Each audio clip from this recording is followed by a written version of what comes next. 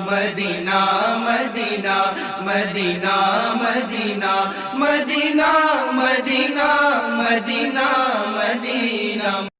السلام علیکم ورحمۃ اللہ وبرکاتہ۔ وعلیکم السلام ورحمۃ اللہ وبرکاتہ۔ ہمارے کچھ احباب نے کچھ سوالات بھیجے ہیں، جی میں چاہوں گا کہ آپ شریعت مطہرہ کی روشنی میں اس کے جوابات عطا فرمائیں، کیونکہ آج 9 ذوالحج شریف ہے۔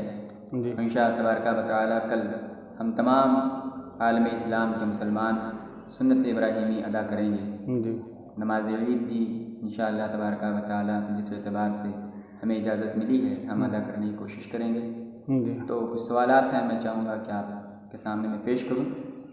ایک صاحب کا سوال ہے، انہوں نے پوچھا ہے کہ کیا ایک جانور میں قربانی اور عقیقہ دونوں کے لوگ شامل ہو سکتے ہیں؟ جی ایک جانور کی قربانی میں عقیقہ اور قربانی کے افراد شامل ہو سکتے ہیں۔ مثلاً یہ کہ جیسے ایک چھوٹا جانور تو اس میں کوئی شریک نہیں ہوتا، ایک ہی ہو، لیکن بڑا جانور ہو جیسے گائے بیل بھینس وغیرہ تو اس میں 7 حصہ ہوتا ہے۔ اب مثال کے طور پر کہ اس میں 3 حصہ قربانی کے ہو گئے اور 4 حصہ عقیقہ کے ہو گئے، تو اس طرح شرکت جائز ہے۔ طریقہ کیا ہے؟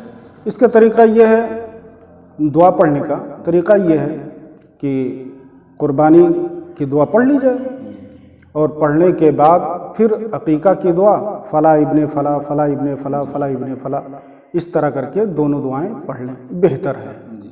اور اگر کوئی بھول گیا نہیں پڑھا تب بھی عقیقہ اور قربانی دونوں درست ہے۔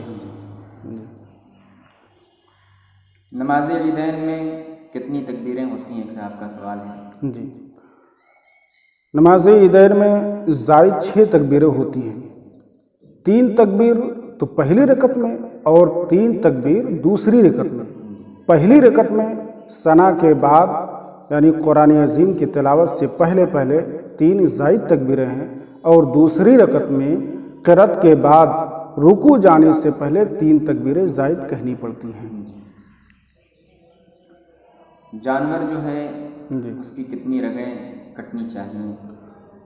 بہتر تو یہی ہے کہ چاروں رگوں کا اکثر حصہ کٹ جائے، یہ بہتر ہے، اور اگر 3 ہی رگیں کٹیں تب بھی درست ہے۔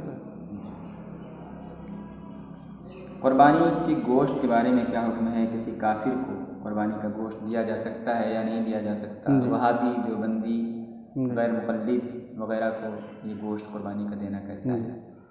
قربانی کے گوشت کا مسئلہ یہ ہے کہ اس کو 3 حصے میں تقسیم کیا جائے، ایک غربا کا ہو، ایک اعزا قربا کا ہو اور ایک اہل و عیال کے لیے ہو۔